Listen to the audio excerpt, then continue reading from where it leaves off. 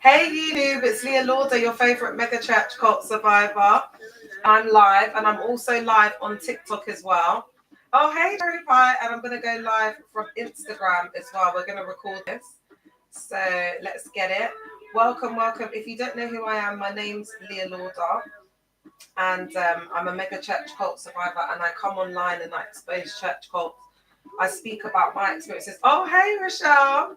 I speak about my experiences and the experiences of other survivors. Hey Instagram, it's your favorite mega church cult survivor, Leah Lauder, and I'm on live. I'm on live on YouTube and I'm live on TikTok. So let's get into it, guys. I've had quite a lot of survivors reaching out to me of late that have left. There's a lot of people leaving. There's a lot of people that are exiting these abusive spaces, and I'm really, really pleased to hear that my work has the capacity of my work has expanded. And as I'm healing more and I'm calming down, it looks like people are hearing the message more. And my mega church pastor friend told me that, in the mega church world, they're all saying that, in the beginning, I was just angry. But now as I've started to heal, oh, hey, you little scrub. Is that Victor that goes to Austin Seeds? You all right, babe? How's things down under? How are things there? And it must be an MESS chair. I know that they're putting pressure on the leaders. That's what my moles have been telling me. My moles have been telling me that they're putting so much pressure on them in these church cults, yeah, that people like they just can't manage it. They just can't manage the pressure. A lot of families, because the thing is, guys, with cults, that it will require. I'm trying to find my remote. It will require inordinate amounts of your time. So what you'll find when you're in the cult is that they'll want you to be in there like 24 hours a day. Do you know what I mean? Like giving inordinate amounts of time, constantly fundraising. But as they're getting more resistance on outreach and it's harder for them to recruit, they're putting more pressure on the members to go out there. And it's like, how can they recruit when their pastors are getting exposed? It's not even the churches, it's the pastors, it's their behavior. Yeah, I think as well, the guilt. Yeah. So today I'm going to keep talking about cult exit, and then feel free to ask me any questions if you have any. So a lot of people have been leaving, and I spoke a little bit about cult exit earlier. But one of the things I want to talk about is how you lose your identity when you leave. And I think we've dipped into this before, but a lot of people can feel like, and you can even develop like mental health as well, like poor mental health when you leave, because you've got to understand that you were in this environment 24 hours a day and you were being severely indoctrinated through a thought reform program, which is the ideological perspective of the cult leader. So it's a very black and white lens. It's like a, because when you're in a cult, there's no grey area. They're not willing to explore, other ideological perspectives. It's very closed. So when you're in there, it's like one authoritarian voice. It's one tyrannical dictator, and what he says goes. So when you're in there, and you've got to remember as well, it's a lot of young, vulnerable people that they're targeting, and then any adults that are in there are young, vulnerable adults, or they were young, vulnerable adults or young, vulnerable people when they started, and then they've been there for so long that they're adults. So when you're in there, you don't clock it, but when you leave, you clock that. Oh my God! Like all of the older people, they were all groomed from like a teenager, from young, and then they stay in there for like 10 years, 15 years. So one of the red flags that you'll find with these church cults is that you'll get like just an old granddad that looks like he's ready to go. That will be the main like cult leader at the top. And then all the shepherds, all the people working with him, all the people closest to him, they'll all be like in their 30s or their late 20s, because that is an indication to you that they were recruited young and they've been in the cult because they've stayed there for such a length of time. Because what you need to remember is that, hey Ijoma, you have to remember that it's like time regresses in there. So you don't actually grow like intellectually or mentally, because you're doing the same thing day after day after day. So remember I said to you, what makes you grow is like, cultural experiences, the richness in the experiences that you share with others and that you have. It could be in traveling, it could be, You know, just because a lot of these people, they do the same thing because they coast. It's like you coast in life because they just want you to pay your tithe, pay your offerings, and then come to the meetings and invite people. That it's like you're a robot. You know, like when you go to a job that you hate, so it starts to become like life starts to become really empty and really like mindless. You're just going through the motions. You're not actually growing or learning. But because you're in a, remember, you're in like the cult leaders world. So if it's David Antry or Dag, whatever, you're in David Antry's world, you're in Dag's world. So it's their laws, it's what they say goes. Do you understand what I'm saying? So if there's anything outside of that, any concepts out of that, any exploration outside of the typical school of thought that's in the cult, you will get shunned, you will get punished, you will get publicly humiliated, you will get psychologically beaten down. Some of these cults physically put hands on people as well, like UCKG that was trying to beat the GAY out of a girl. So it can get very aggressive. I'm just bearing in mind, Alita, let me know how it feels there, because if it's too much, I'll come off because it's gone up.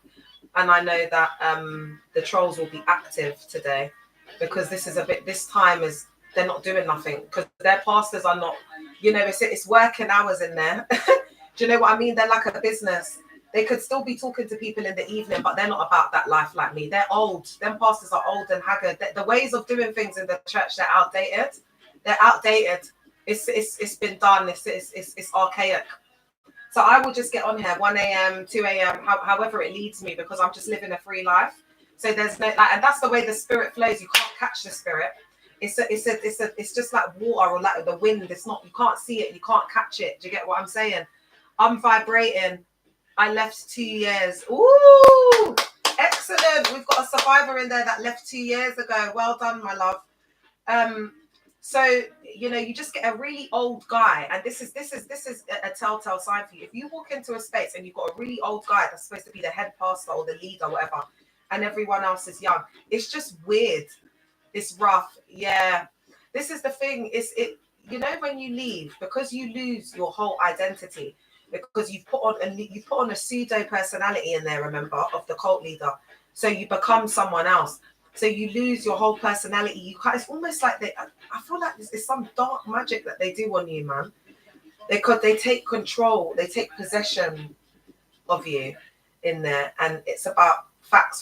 Yeah, it's all about possession. It's like they have to own your life. Hey, Bev, they have to own your life. If they don't own your life and they haven't got full, complete possession, then they just won't accept you in a certain way. Because remember, in the cult, they're going to have some sort of like attached transcendent belief system within the structure and the culture of the cult, which could be spiritual son, spiritual daughter. It could be disciple of the house, hard follower, but it will have something to do with following the cult leader and following their words, following their messages, because that's what it's all about. That's how they indoctrinate you. It's through the manipulation and the psychology of the cult leader, and a lot of it is reverse psychology. They can't have you thinking critically. Yeah, that's it. And do you know what, Snowy? That's one of the most difficult parts of leaving. Your critical thinking just goes.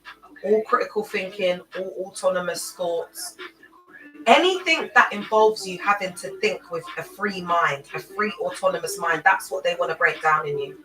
That's the thought process, and that's the voice that they want to silence in you. Because if you're thinking on your own, they can't maintain control over you. But remember, there's so many different attributes to this, and so much different, because it's an organization and it's very, very well thought through. It's very, very structured. They know exactly what they're doing.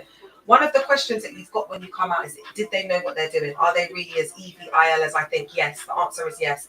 I can unequivocally say now, after doing this for a year, that they know exactly what they're doing. It's too intricate. It's too intricate for them to not know what they're doing. Do you know what I mean? There's too many stages and steps and that they take, especially in the brainwashing process. They know exactly what they're doing. They're very EVIL men, chair. My church turned on me. I spoke words to the leader. They never would have. Oh, I'm so sorry. You spoke up and then they turned on you. Oh, I'm so sorry, man. Sorry. Sorry, guys. I just had a bit too much WINE today. Oh my gosh. When I come off YouTube and Instagram, I'll fill you lot in, but I don't want it recorded. Yeah. So the critical thinking is, and do you know what? That's what damages the brain, because you're not using your critical thoughts. You're not you're not doing anything that involves decision making, because the pastors are making all the decisions for you. So what the pastors say goes. I served my family 12 years. What in the cult? Oh my God! What did they turn you into, like a house girl? Because there's some members that they turn into like house girls, where they have to serve. It's like be like we're all like slaves, but that's like another level.